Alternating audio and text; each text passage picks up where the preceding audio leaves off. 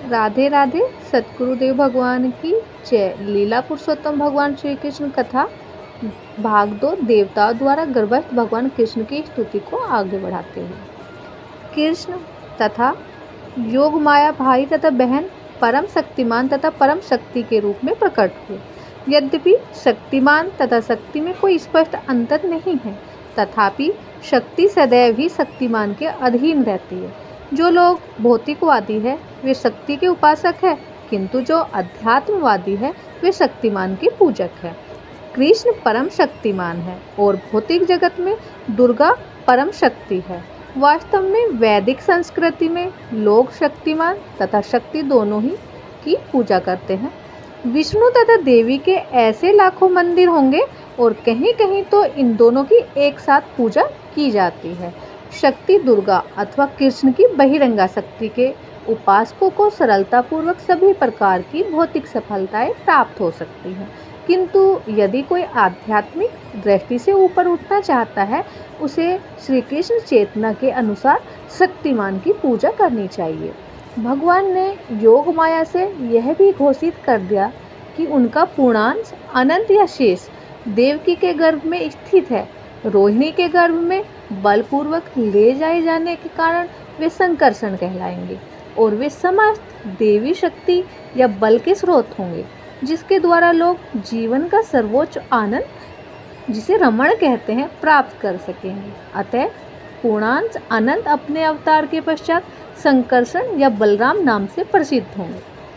उपनिषदों का कथन है, नायात्म बलहीनेन लभ्यः। तात्पर्य यह है कि कोई परमेश्वर या किसी प्रकार के आत्म साक्षात्कार के परम स्तर को तब तक प्राप्त नहीं कर सकता जब तक बलराम की पर्याप्त कृपा न हो। बल का शारीरिक शक्ति नहीं है, न ही शारीरिक शक्ति से किसी को आध्यात्मिक सिद्धि मिल सकती है। उसमें आध्यात्मिक शक्ति होनी चाहिए जो बलराम या संकर्षण द्वारा प्रदत्त की जाती है।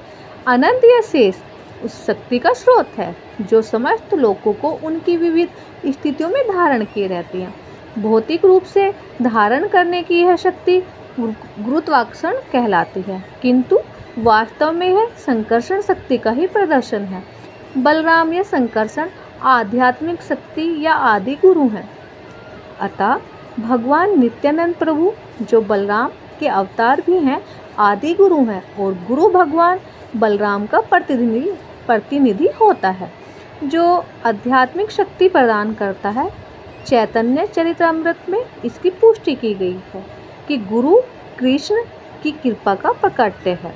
जब भगवान ने योगमाया को इस तरह आदेश दिया तो उसने उनकी प्रदक्षिणा की और तब उनकी आज्ञानुसार वह इस भौतिक जगत में प्रकट हुई। जब भगवान की परम शक्ति योग माया ने शेष को देवकी के गर्भ से रोहिणी के गर्भ में स्थानांतरित किया तो वे दोनों ही योग माया के वश में थी, जिसे योग निद्रा कहते हैं। जब ऐसा हो चुका तो लोगों ने समझा कि देवकी का 7वां गर्भ विनष्ट हो गया। इस तरह यद्यपि बलराम देवकी के पुत्र रूप में अवतरित हुए हैं, किंतु रोहिणी के गर्भ में स्थानांतरित किए जाने के कारण उनके पुत्र कहलाए।